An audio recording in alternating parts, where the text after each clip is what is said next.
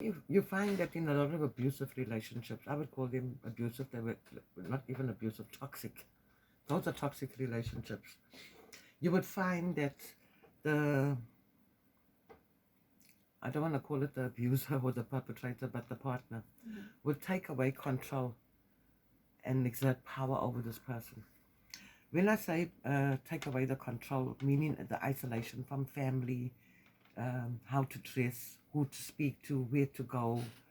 As Shana said, the time you're coming and you're going, your times.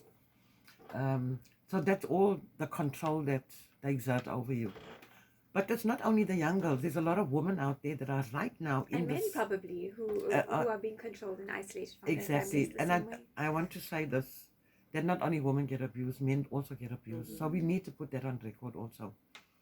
And I also want to say that not all men are abusers. Not all men are perpetrators. There are good men out there.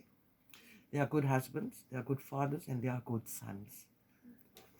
So when in these toxic relationships, you're not born with this behavior. It's a learned behavior, of having this control over somebody.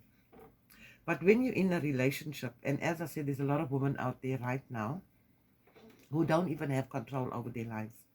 Even those that are working don't even have control over their salaries. They come home and they've got to give their partner all the money in the house. And yet, when women work, where do their money, when they get paid, where does that money go? Into the home.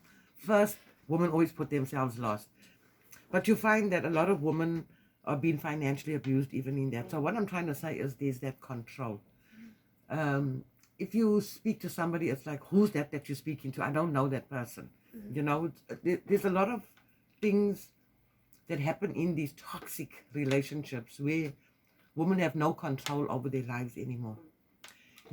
We give away our power and control of our lives to somebody else. So they will tell you how high to jump, how low to go, where to sit, where to stand. Women need to start taking back their power, because you find, when I say that, I don't mean in a physical way or whatever it is, but to know their rights. When you come to the young girls, we really need to educate our young girls. Yes. We really need to. There's a lot of peer pressure out there. As I said, if 18,000 in 1 year in South Africa, young girls falling pregnant in school, doesn't it tell you what their future's going to be like? How many of them got support out there? Most of them are going, there's a common saying that young girls are falling pregnant because they want the SASSA grant. It's a saying out there. That doesn't make any sense though, right? Exactly. Yeah. Pampers alone is like 400 and something. Your SASSA grant is 200, It's that kind of thing. But I'm saying that we, like Shana said, the families that we come from, those are dysfunctional families. A lot of them are coming from dysfunctional families. I worked in the informal settlement in the last 2 years in 2 areas here in Durban, huge informal settlements, and we worked a lot with the youth. Just tell me the stats there. You were sharing stats. Was that in Nanda? The crime stats on sexual violence in the country, Inanda's the highest. In all of South Africa? In all of South Africa.